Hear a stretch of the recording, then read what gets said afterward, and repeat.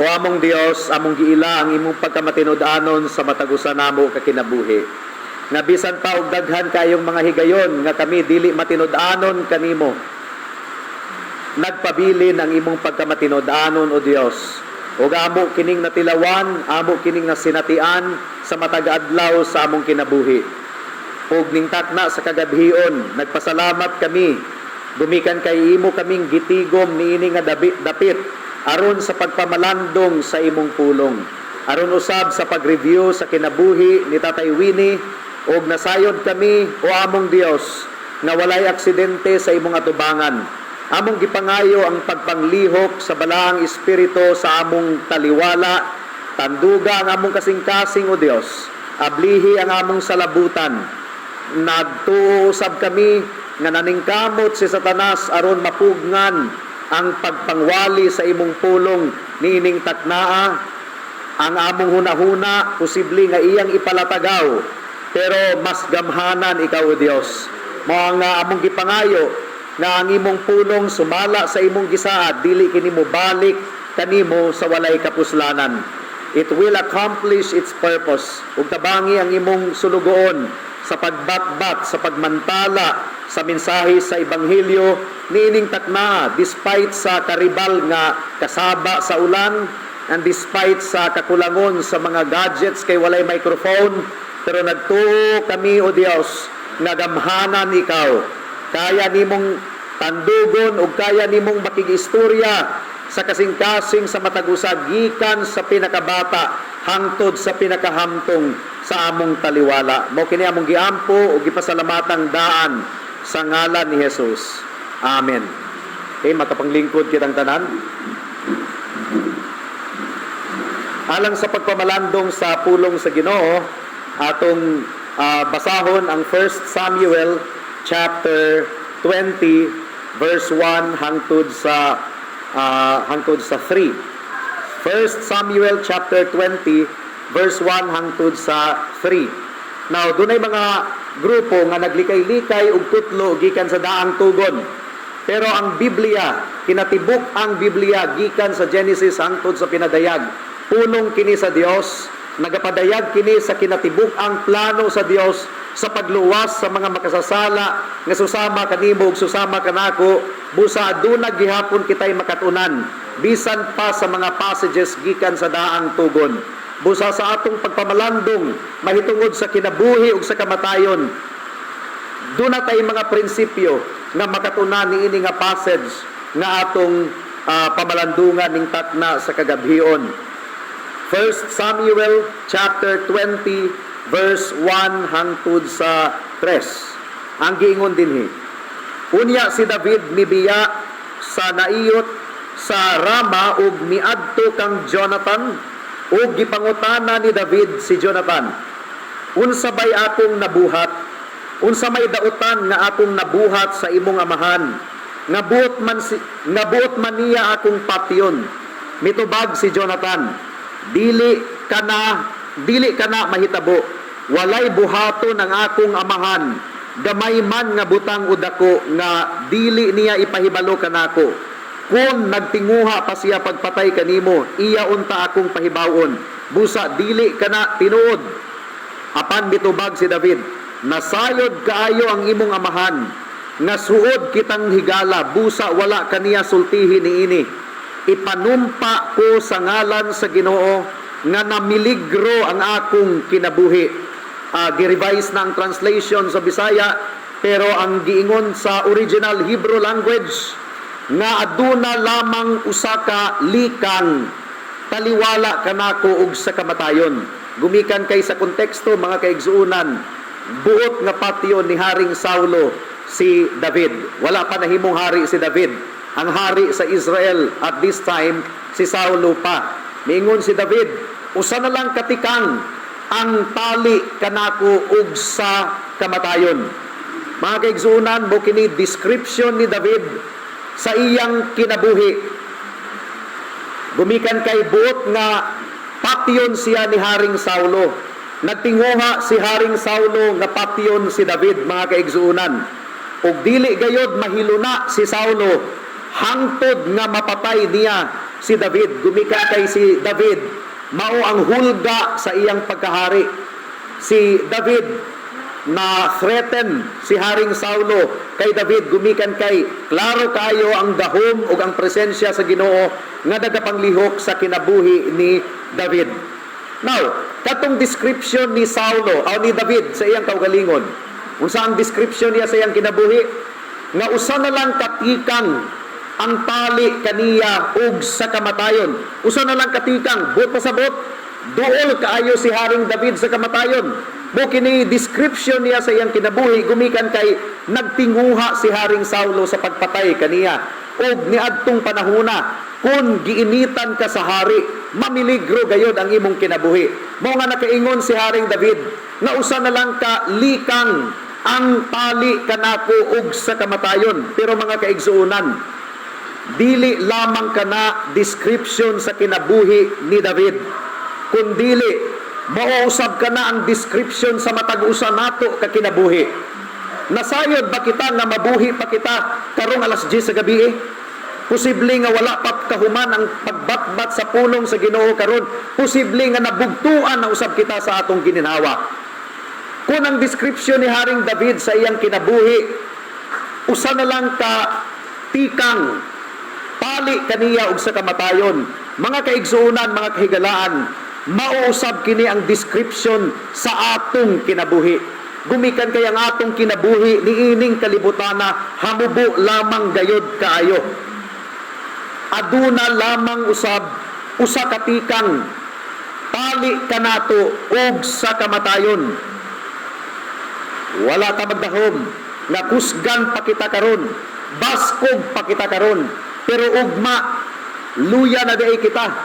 Sama sa nahitabo sa classmate sa akong anak nga kadula-dula pa niya, kaistorya-istorya pa niya, pagkaugma namatay, grade 3, mga kaigsuunan.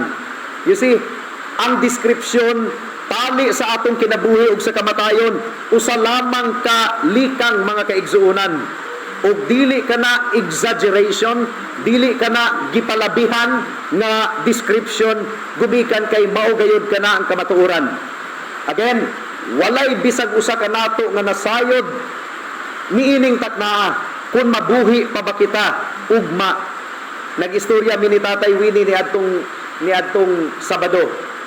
Namatay siya Lunes.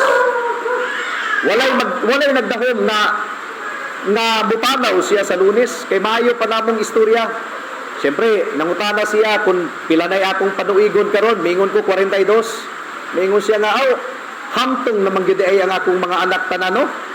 Hamtong naman ang 42. Ingko basin og ang imong hunahuna na-stuck pa sa kamanghuran nimong anak na high school student pa. Pero 42 na ang imong kamanghurang anak, ang imong mga apo mag-college na hapit. Ano siya, hamtong naman gid ay hangtod nga napunta sa politics ang among gihisgutan. O wala niya gilimod nga iyang butaran ang usa ka Kristohanon nga kandidato. So, butoy among gihisgutan, walay magdahom nga pagkalunes, mga kaigsuunan, mga kahigalaan, wala na day si tatay. Mayo pa namong istorya-istorya ni adtong Sabado. Now, doon na ba'y magdahom sa atong taliwala karon nga moabot pa kita sa sunod semana? Wala kita masayod, mga kaigsuunan. Ang kamatayon sigurado gayod nga mahitabo sa atong kinabuhi bisan pag-unsaon nato og likay-likay. Much of our time here on earth atong gispend na mapugnan lamang ang kamatayon. Kung doon na tayo balatian, mupa-check up ta sa doktor. Kung doon na tayo sakit, muinom ta og tambal. For what reason? Aron malikayan nato ang kamatayon. Well, sa makadaghan nga higayon, murag nalikayan nato ang kamatayon, pero moabot ra gayud ang usa ka adlaw, mga kaigsuunan, nga dili kita makalikay sa kamatayon, nga maapsan ra gyud gihapon kita sa kamatayon. Kung kanus-a man na mahitabo, wala kita masayod. Ang description sa atong kinabuhi mao kini, nga aduna lamang usa ka likang tali kanato ug sa kamatayon, ug dunay duha ka bahin ang atong pagpamalandong ning takna sa kagabion. Una, sigurado gayod ang kamatayon. Ikaduha, haduol gayod ang kamatayon. Haduol ang kamatayon kanato. Ayo pag-imagine higala nga ang kamatayon layo kanato. Haduol ang kamatayon kanato. Busa magbantay kita sa atong kinabuhi ug mangandam kita kanunay gumikan kay wala kita masayod sa takna ug oras kung kanusa kinahanglan nga atubangon nato ang kamatayon. Hinaot nga tabangan kita sa Dios sa atong pagpamalandong ning takna sa kagabion. Mudangat na kita sa unang punto. The certainty of death. Ang kasiguraduhan sa kamatayon. Sigurado gayud ang kamatayon nga mahitabo sa atong kinabuhi. Ngano? Gumikan kay ang ga-schedule niini. Ang gatakda niini. Ang Dios. Gatakda mi nga muuli diri sa Mindanao. 2019. Ang schedule nga namo nga muuli diri sa Mindanao. April 2020. Kay birthday nako ang Abril 20. So April 20, 2020. Naka-schedule na, nakaplano na nga muli mi diri sa Mindanao. Kami ang ga-schedule. Nadayon ba? Wala. Gumikan kay nag-lockdown. Gumikan kay adunay COVID-19. Kung kita mo'y magtakda sa mga buluhaton nato, adunay dakong posibilidad nga dili ka na madayon. Nakuha nato, gumikan kay dili kita ang dagunit sa kapanahunan. Pero mga kaigsuunan, kung ang Dios ang magtakda, wala gayoy makalikay niini. Gumikan kay ang gitakda sa Ginoo, sigurado gayod nga mahitabo. Ang giingon sa Hebreohanon kapitulo 9, bersikulo 27 ang giingon dinhi. Tungod kay gitakda sa matag usa, ang mamatay makausa ug tapos ni ana hukman siya sa Dios. Kung sa giingon sa Hebrews 9:27, gitakda sa Dios alang sa matag usa, ang mamatay makausa lamang ug human ni ana hukman siya sa Dios. In other words, aduna nay sentensya sa kamatayon sa matag usa kanato. Matag usa kanato nag-atubang sa sentensya sa kamatayon. Nganong nakaingon kita nga matag usa kanato gisintensyahan nga mamatay. Gumikan kay nahulog ang tawo sa kasalanan. Ug ang giingon sa Roma 6:23 ang giingon ni Apostol Pablo, ang bayad sa sala mao ang kamatayon. Mao nga mga kaigsuonan, bisan pa og muli kay likay kita sa kamatayon, gisintensya na kana sa Dios alang sa matag usa kanato, gitakda na kana sa Dios alang sa matag usa kanato, walay makalikay. Ngano? Roma 3:23 ang giingon ni Pablo, kay ang tanan nakasala ug nakabsan sa himaya sa Dios. Gumikan kay ang tanan nakasala atubangon sa matag usa ang sentensya sa kamatayong pisikal, mga kaigsuonan. Kini nga appointment mandatory. Usbo nato mga kaigsuonan, kining appointment sa kamatayon mandatory. Kini nga sentensya wala gyud kini mabakwi.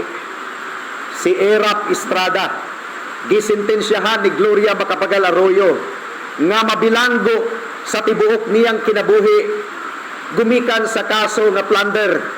Pero niadtong namiligro na ang political status ni Gloria Macapagal Arroyo, iyang gibakwi ang sentensya o gihatagan niya og kapasayloan si Erap. Mao nga nakabuhi si Erap gikan sa bilangguan. Ug daghan pa kayong mga istorya, mga kaigsuonan, nga ang sentensya gibakwi sa pangulo sa atong nasod. Pero kining sentensya sa kamatayon, sukad masukad, wala gayud kini mabakwi. Nakuha nato? Sukad masukad kini nga sentensya sa kamatayon, wala gayud kini mabakwi. Kini nga sentensya sa kamatayon, wala mahimong karaan. Dili ka makaingon nga, karaan na nga sentensya, wala na karon. Kana nga sentensya nagpabilin nga presko, nagpabilin nga bag-o mga kaigsuunan, gumikan kay ang matag usa kanato kinahanglan nga muatubang ni ana nga sentensya. Hinaot nga dili nimo kini baliwalaon nga mensahe ning takna sa kagabhion. Each of us tonight, posible nga karong gabi na muatubang sa sentensya sa kamatayon nga gipahamtang sa Dios alang sa matag usa kanato. Ang pisikal nga kamatayon kapila mahitabo, kausa lamang mahitabo. Ang giingon sa Hebrews 9:27, tungod kay gitakda alang sa matag-usa ang mamatay sa makausa. Kapila mamatay ang tao? Sa makausa. Ug pagkahuman ni ana, hukman siya sa Dios. Now, nganong atong gi-emphasize kining sa makausa? Gumikan kay ang atong nasod sa Pilipinas, influensyado kini sa Indian culture. Gumikan kay sa wala pa miabot ang mga inchik diri sa Pilipinas kung atong tun-an ang kasaysayan. Ang nauna diri sa Pilipinas mga Indiano. Ang nauna diri sa Pilipinas mga Hinduism nga belief nga nagtuo sa reincarnation.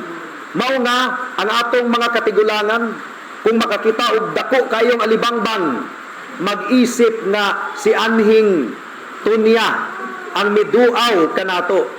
So, asa man gikan nga tinuuhan, gikan kana sa mga Indiano, gikan kana sa Hinduismo nga mas naunang naka-impluwensya sa Pilipinas kaysa sa mga Inchik. Of course, misunod ang mga Inchik, pero mas nauna po ang Indianized culture diri sa Pilipinas.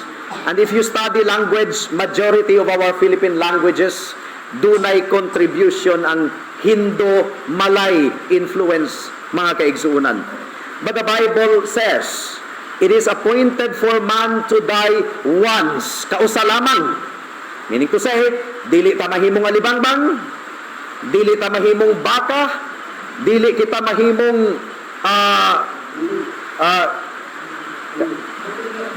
butiki, bisag unsa nga kuan, kausa lamang kita mamatay ug pagkahuman ni ana hukman kita sa Dios. Now, seryoso ang kamatayon. Gubikan kay pagkahuman sa kamatayon, mao ang paghukom, as it is appointed for man to die once, and after that to face judgment. Wala giingon diri nga as it is appointed for man to die once and after 40 days he will face judgment. Wala giingon as it is appointed for man to die once and after 10 years he will face judgment. No. The moment nga nabugtuan o ginhawa mo sa katawo, that is the moment nga gitransport siya sa presensya sa atong Dios ug iyang gidawat or iyang pagadawaton ang paghukom sa Ginoo. Kanus gidawat ni Tatay Winnie ang paghukom sa Dios sa iyang kinabuhi. Namatay siya ni adtong Abril 25 ug ni adtong Abril 25 usab siya gihukman sa Dios. Ug ang atong paglaom nang hinaot kita nga sa wala pa namatay si tatay, nailhan niya ang Ginoo sa tinuoray gayod.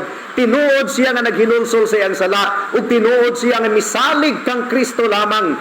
Ingon nga iyang bugtong Dios ug manluluwas, gumikan kay ang atong kaluwasan dili pinaagi sa atong mayong binuhatan, kundi pinaagi lamang sa grasya sa Dios nga nakadamot sa pagkamatarong ni Kristo ug sa iyang dugo nga giula didto sa cross sa Kalbaryo, isip igo na nga bayad alang sa silot sa atong sala ug alang sa gahom sa sala nga nagakontrolar sa tanang mga wala pa kang Kristo.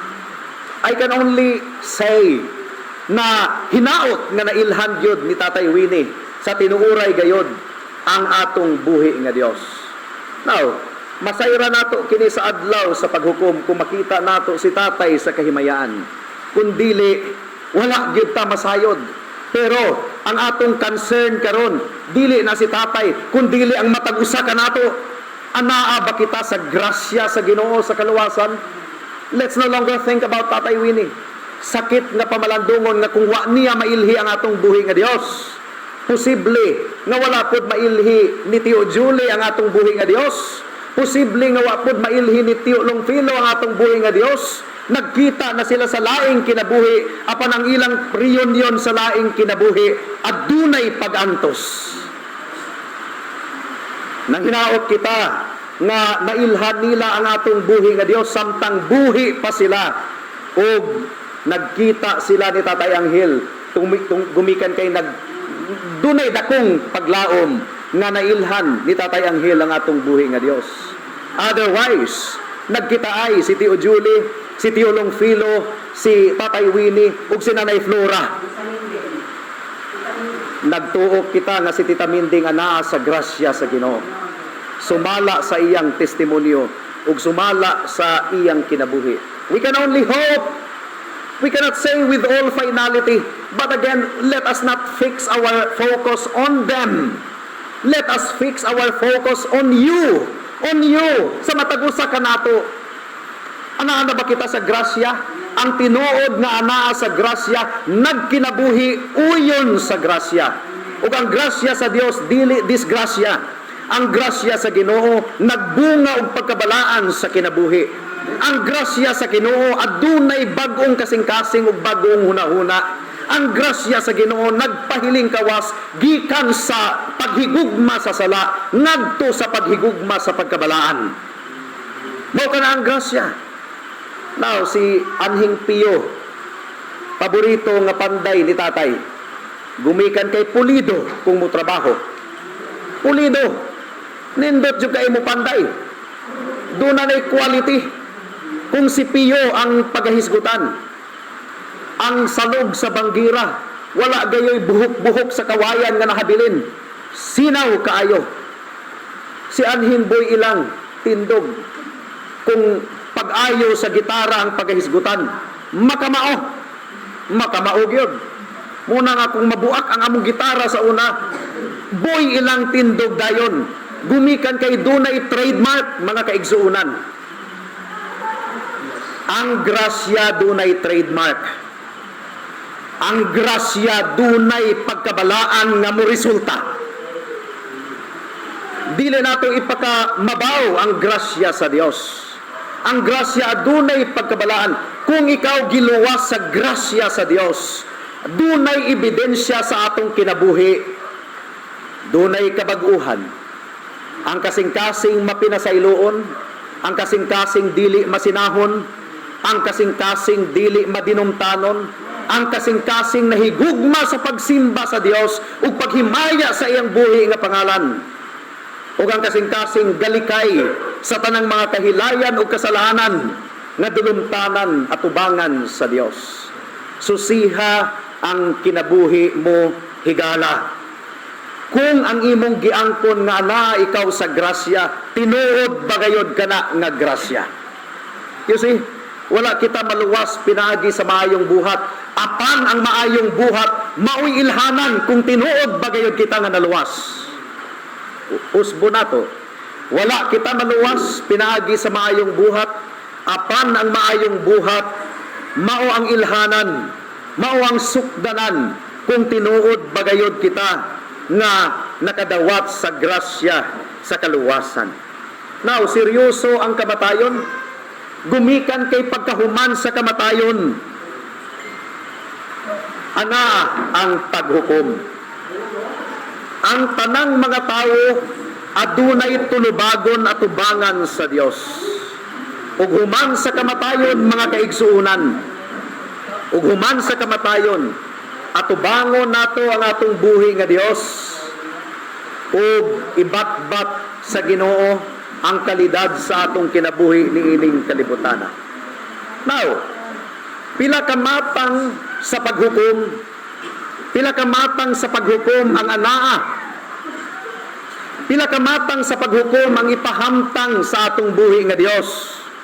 Adunay duha lamang kamatang sa paghukom na ipahamtang sa atong buhi nga Dios sa iyang paghukom human sa kamatayon. There are only two verdicts after death.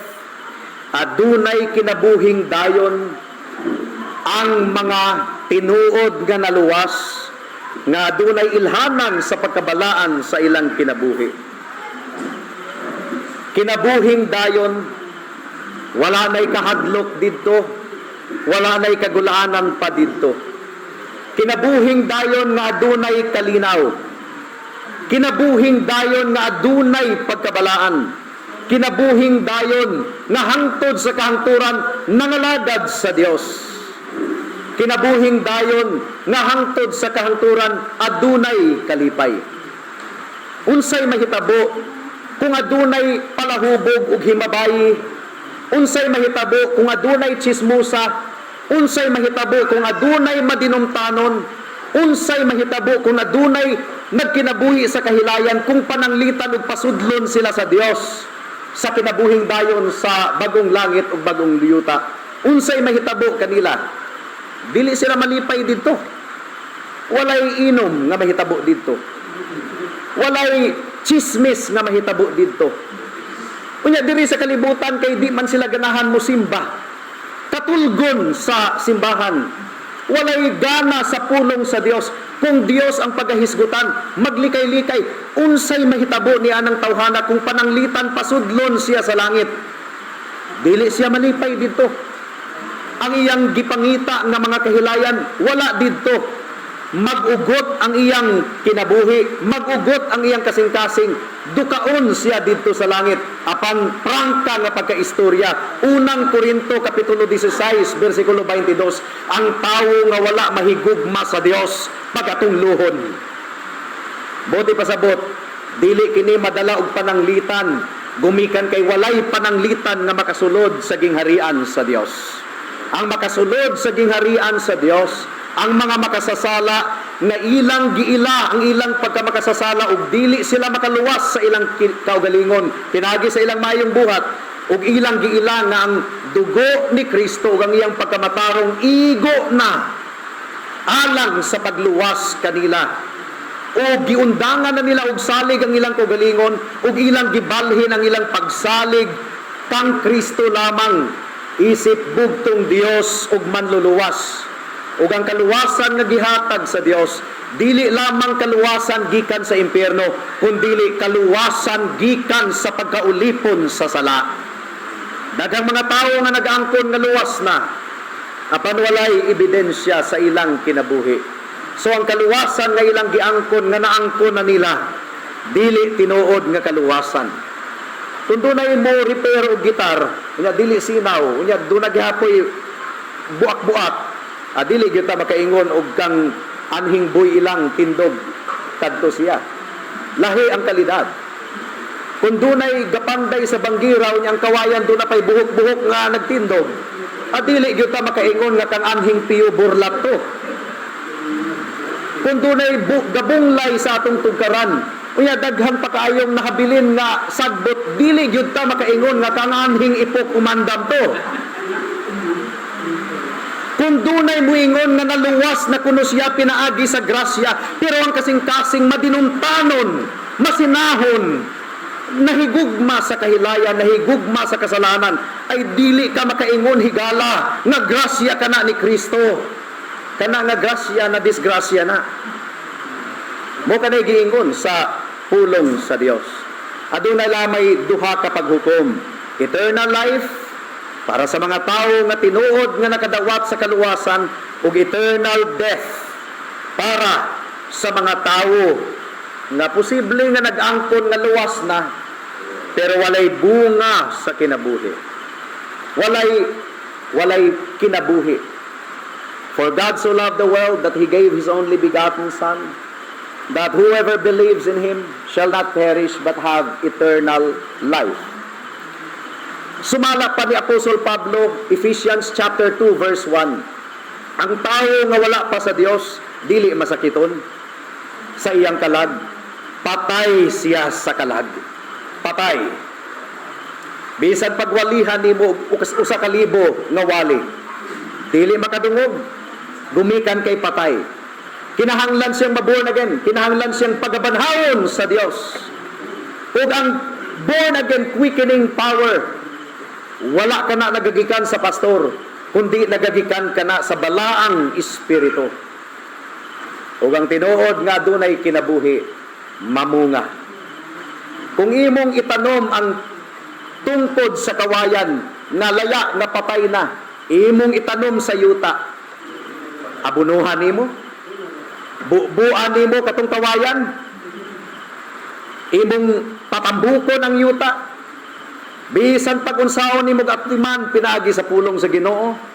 Atimanon nimo ang iyang kalag, gumikan kay pastor ka nga matinud-anon, nagatiman sa kalag. Bisan pa og imong bubuan og abunuhan, walay dahon, walay bunga, ngano? Patay. Apan ang sanga sa kamunggay. Itanom nimo sa yuta, sanga nga buhi. Dili man mabisita sa pastor kanunay, pero dili siya mangluod. Dili man nimo mabubuan tingali kanunay, pero tungod kay dunay tinuod nga kinabuhi, adunay dahon o adunay bulat. Mao kanang kinabuhi nga moresulta sa kaluwasan nga gihatag sa atong buhi nga Dios. Busa atong susihon ang atong kasing-kasing mga kaigsuunan, mga kahigalaan. Now, eternal death. Mahimulag kita sa tanan natong mga higala ug tanang comfort diri sa kalibutan. Mahimulag kita sa tanang paglaom gumikan kay wala nay paglaom didto sa impyerno. Mahimulag kita sa tanang enjoyment diri sa kalibutan ug mahimulag kita gikan sa presensya sa Ginoo hangtod sa kahangturan.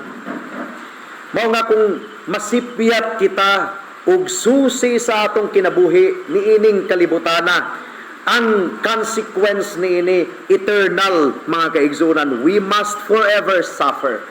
Kung ikaw mamatay nga walay Kristo sa imong kinabuhi, you must remain separate from Christ forever. Mao nga seryoso kini nga pamalandong, mga kaigsunan, mga kahigalaan, ug hinaot nga nakig-istorya ang balaang espiritu sa matag usa kanato ning takna sa kagabhion. Ikaduhang punto, haduol kaayo kanato ang kamatayon. Duol gayud kaayo sa matag usa kanato ang kamatayon. Labi na kung ga-drive ka og motor, bisan pag-unsaon nimo og amping-amping sa imong pag-drive. Kung ang imong kaatbang gadanghag sa iyang pag-drive. Bisan pag-unsaon nimo og amping-amping sa imong pag-drive, kung nakaligis ka og palwa nga danlog kaayo sa ngatanan. Ug natumba ka, apan nataymingan nga dunay nahulog nga pulipog sa lubi ug naigo ang imong ulo, sigurado gayud nga dili nimo malikayan ang kamatayan. Walay kasiguraduhan ang atong kinabuhi niining kalibutana. Walay bisag usa kanato nga makasiguro nga karong Sabado buhi pa kita, mga kaigsuunan. Makuratan kita kung kalit ang kamatayon. Pero in the case of Tatay Winnie, murag wala kayo mi nakurate. Labi na ni Manang nga mugoy gaduso kanamo nga manguli ni adtong Marso 6. Kay murag nakabisita na siya diri ni adtong October 2021. Og iyang nabatyagan nga mura og katapusan na lang gyud nga birthday ni Tatay sa umaabot nga March 6. Iya ming gisugo, gigamit ang iyang awtoridad, isip ka magwangan. Pero wala man gyud in taon makahigayon og uli dire kay ang huna-huna nato adto sa wedding anniversary nila sa July. Gipasabot nato, I'm so disappointed with you. Ug nasabta nato. Gumikan kay taas og paminsar, nabatyagan na nga mura og katapusang birthday na lang gyud ito. Og katapusan na lang gyud nga birthday. Muna nga gisumbong nako sa dean itong pangitabo. Mingon ang dean namo sa college. Nagtudlo ko sa Cavite State University. Mingon ang dean nga nag-leave na lang unta ka, sir. Na usawan magipod nga wa magipod nato masayre nga moda ito'y nahitabo. Nganong wala magipod ka ga-file og leave? So napuno kayo ang atong schedule sa class observation. Obserbahan ang mga maestra nga gingsakupan nimo. Imong i-rate do na kay giapas-apas nga mga schedule. Doon na pa kay giapas-apas nga mga exam. Basta ingon ana man good sir, unya mga tigulang na ang imong ginikanan. Masabtan man na nato. Now, ang reaction po ni Jeremiah in taon, kung nasayod lang ko nga ang Cavite State University, halapad di ay ang salabutan mahitungod ni ana, nag-leave na lang po kung tata. Pero the point is, wala kita masayod. Wala kita masayod in the case of Tatay Winnie. Wala po ta masayod in the case of our own life. Haduol kaayo kanato ang kamatayon, mga kaigsuunan. Adunay mga tao nga ang ilang pagtanaw sa kamatayon tuwa pa sa layong barangay, pila pa ka kilometro. Pero imagination lang na. Imagination lang na. Dili tinuod nga ang kamatayon halayo kanato.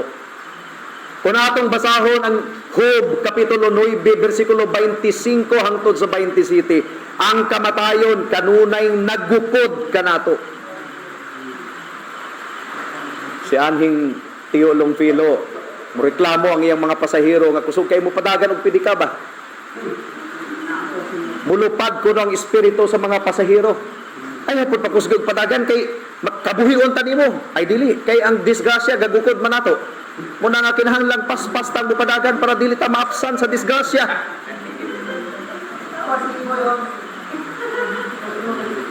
Unya kay naapsan man sa tanang anak ni Petronilo hangad siya may pinakaunang namatay. Paspas tuod mo padagan og motor para dili kuno maapsan og disgrasya. Nya kinaapsan man. Dili pinagi sa pagdrive. Kay basin og paspas gud siya mo drive, di siya maapsan sa disgrasya kuno hay. Pero pinaagi sa balatian. Nakalimot ang mga tawo nga haduol kayo kanato ang kamatayon. Ilang gibutang ang kamatayon, pila ka kilometro pa ang gilayon gikan kanila, pero hinanggaw na mga kaigsuunan. Gumikan kay ang kamatayon, haduol kayo sa matag usa kanato. O gumikan kay halayo pa ang kamatayon, ang gibuhat sa kadaghanan, wala nila gipangandaman ang kamatayon. Moingon sila nga, dugay pa na, ay hara kumuduol sa Ginoo kung hapit na kung mamatay. So ilang mantiniran ang Ginoo. O panerbisyo nga ang ilang lawas gabako na kay dili na makatindog, luya na kay isang atanan. Doon na kayo dahil sila'y hunahuna nga ilang mantiniran ang Dios. Nga ang giingon sa Biblia, hinumdumi ang imong magbubuhat samtang batanon pa ikaw. Apan daghang nagplano nga muduol sa Ginoo alas 11.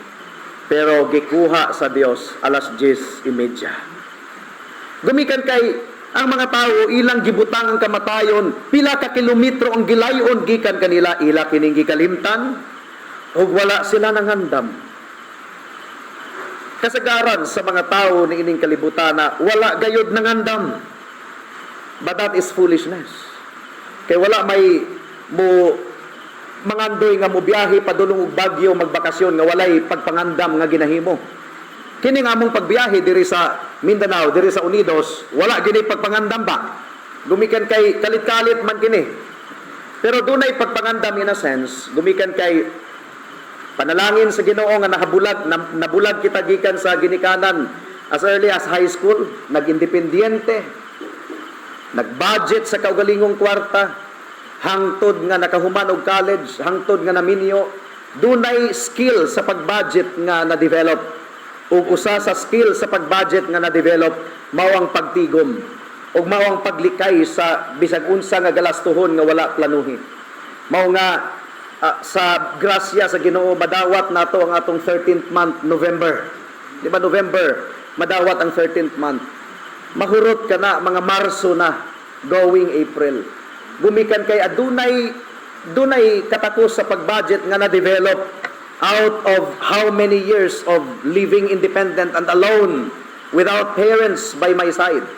And I had to budget whatever amount that I could in order to survive in 1 month.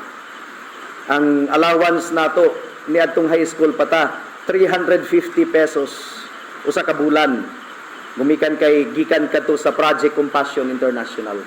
125 pesos ni adto abang sa balay ni Dami Labad. Kay gapuyo kita sa iyang balay.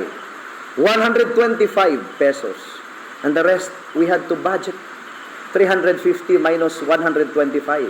Sa grasya sa Ginoo, nakasurvive. Now, daghang mga tao nga wala mangandam alang sa kamatayon. Pero that is foolishness. That is foolishness. Ang kasing-kasing sa tao, puno sa pagkadautan, ug ilang giisip, nga ang paghunahuna mahitungod sa kamatayon alang lamang kana sa mga tawo nga hapit na sa borderline.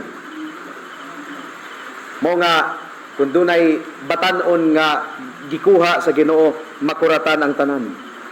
Pero dili na kita kinahanglang makuratan kung dunay mupanaw. Gumikan kay ang giingon sa atong Ginoong Hesukristo, be ready. Pangandam kamo. Pangandam kamo. According to Psalm chapter 90 verse 12, ang atong pagpuyo niining kalibutana dinumiro. Ug dili katuigan ang dinumiro kundi ang atong mga adlaw dinumiro. Our days are numbered. Wala giingon nga our years are numbered. Wala giingon nga our months are numbered or our weeks are numbered. Kundi ang giingon our days are numbered. Mga ang giingon ni Moses, teach us to number our days. Now, bisan pag ang kamatayon haduol kaayo sa matag-usa. Apan majority of the people in this world wala na minaw sa alarma sa kamatayon. Murabaw kaning niyang cellphone nato nga atong i-alarm og alas 5:30. I-alarm nato ang cellphone og alas 5:30 sa kadlawon. Ang tanang kauban nimo sa balay nakamata sa alarm. Ikaw nga nag-alarm og alas 5:30, wala ka mata. Ingon na ang treatment sa majority of the people mahitungod sa kamatayon. Adunay pipila nga naminaw sa alarma sa kamatayon, but the majority wala naminaw, gibaliwala ang tunog sa alarma sa kamatayon. Pero higala, kung nakahinuklog kita karon nga ang kamatayon haduol di ay kaayo kanatoon sa may response sa atong kasing-kasing. Ay dili nato tinguhaon ang mga kahilayan niining kalibutana. Dili nato tinguhaon ang mga butang nga dulumtanan at ubangan sa Dios. Unahon nato ang atong kalag. Unahon nato nga kita mapasiguli sa Dios. Giingon ni Apostle Paul sa 2 Corinthians chapter 5, be ye reconciled to God. But pasabot nga makiguli kita sa Dios, ang buti pasabot niini adunay pagdumot tali sa tawo ug sa Dios. Ang Dios nagdumot sa tawo gumikan kay nagkinabuhi sa kasalanan. Ug matod pa ni Pablo sa Roma 8:7, ang tawo nagdumot sa Dios. Galikay sa Dios. Gumikan kay gihigugma sa tawo ang kasalanan. Ang kinabuhi nato niining kalibutana mao lamang gayod ang bugtong tsansa nga kita mahimong andam alang sa gitawag ug kamatayon. Unang giingon sa Biblia, prepare to meet your God. Amos chapter 4 verse 12. Prepare to meet your God. We are all confronted with deadlines. Si Ate Villa, wala na kaanhi diri dayon kay grabing deadline sa DepEd ang iyang giapas-apas. Gipatabang na lang gani niya ang iyang mga anak sa pag-fill out sa deadline kay daghan kayong mga deadline nga atong ipasa. Ako man usab do na po yung mga deadline. Dunay gipangbiyaan nga deadline. Gumikan kay kinahanglan nga ug ang class observation ug ang mga thesis defense. Naligsan mga kaigsuunan. Daghan kay tang deadline nga gusto natong apson o kinahanglan natong atubangon. Pero adunay deadline ang atong kinabuhi niining kalibutana. Ug ayaw baliwala ang deadline. Kay ang gaset ni ana nga deadline ang atong Dios. As it is appointed for man to die once, and after that to face judgment. Adunay paghukom sa umaabot. Unsaon man ato nga makaikyas kita sa paghukom? Matod pa sa Revelations chapter 20, buklaton ang libro sa atong kinabuhi. Basahon sa Ginoo ang atong kinabuhi ug ang basihan ang balaod sa Dios. Ayaw mga bakakon kita. Ayaw pagpangabit. Ang atong kasing-kasing ug hunahuna puno sa kaulag mga kaigsuunan. Ayaw kasina, ikapulo nga sugo, ang atong kasing-kasing puno sa kasina. Buklaton kana sa Dios. Ang atong problema do na tay bad record. Ug ang problema nato, dili nato mapapas ang atong bad record. O gawas pa, dili lang bad record ang aduna kita tubangan sa Dios. Aduna usab kitay kasing-kasing nga dautan, nga galikay-likay sa Dios. Gabaliwala sa Dios. Dili nato mabag-o ang atong kasing-kasing. Ang wala na higugma sa Dios pagatunglohon 1 Corinthians 16:22. Unsaon man pagsulbad sa atong problema sa bad record nga kung ablihan sa Ginoo ang libro sa atong kinabuhi, dili siya musimangot, dili siya mapungot, kun dili malipay siya kay limpyo ang atong record. Unsaon man nato pag-erase sa atong bad record. Now, that's the problem. But the good news is that Jesus Christ came in order to solve the problem that we cannot solve. The law demands perfect obedience and we can never do that. Dili nato kana mahimo. Gisunod ni Kristo ang balaod sa Dios perfectly on behalf of sinners like us. Ug ang giingon sa Biblia, ang bayad sa sala kamatayon. Kung walay pagpaaga sa dugo, walay pagpapas sa sala, praise be unto God. Giula ni Kristo ang iyang dugo dito sa cross sa Kalbaryo. Aron ang tanang mutuo kaniya, mapapas ang sala, past, present, and future. We have a problem of bad record and bad heart. But Jesus Christ solved the problem. The problem that we cannot solve. Now, unsaon man mga kaigsunan, mga kaigalaan nga madawat nimo ang grasya sa kaluwasan. Madawat nimo ang grasya pinaagi sa pagtuo. For by grace you have been saved through faith. Pagtuo lamang. Pagtuo sa atong pagkabuutan, no? Undangan nato og tuo ug salig ang atong kaugalingon. Ibalhin nato ang atong pagsalig kang Kristo. Nga ang iyang gibuhat dito sa cross sa Kalbaryo, igo na. Ang iyang dugo ug pagkamatarong, igo na. Isip, pagpapas ug kabayaran sa tanan natong kasalanan. Ug ang tanang mutuo musalig kaniya, dili gayud malaglag, kundili dunay kinabuhing walay katapusan. Now, ayaw naglangan-langana, higala.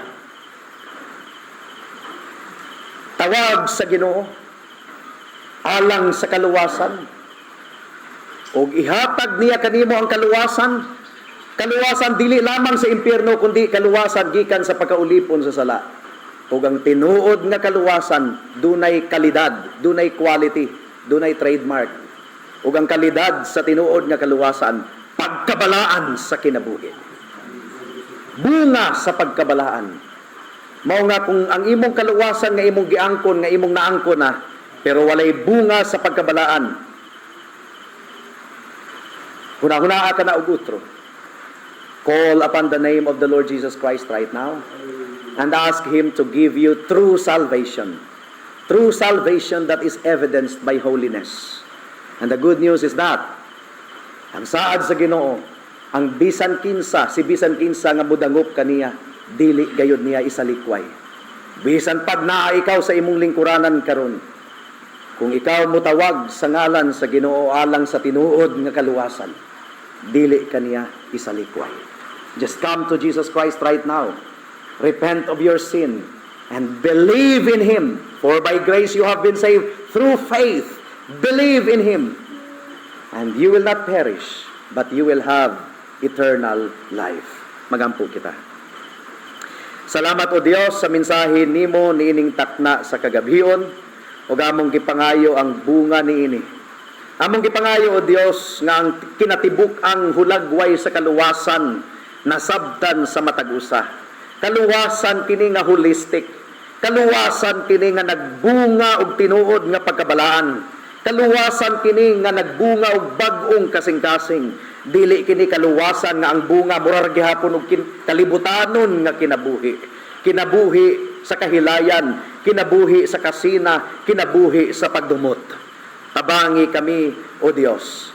Ug among gipangayo nga gamiton nimo ang mga services sa matag gabi, ang mga sulugoon nimo nga imong pagagamiton nga mutindog niini nga pulpito aron sa pagbatbat sa ebanghelyo, hinaot nga imong ihatag kanilang pagdihog aron ang makadungog nga wala pa makadawat sa grasya sa kaluwasan, tinuod gayud nga makadawat o Dios. Ug katong nagtuo nga luwas na apan ang kinabuhi sukwahi sa bunga sa kaluwasan nga tinuuray nga gipadayag sa Biblia, mahigmata ug mudangop kanimo ug makadawat sa tinuod nga kaluwasan. This we pray in Jesus' name. Amen.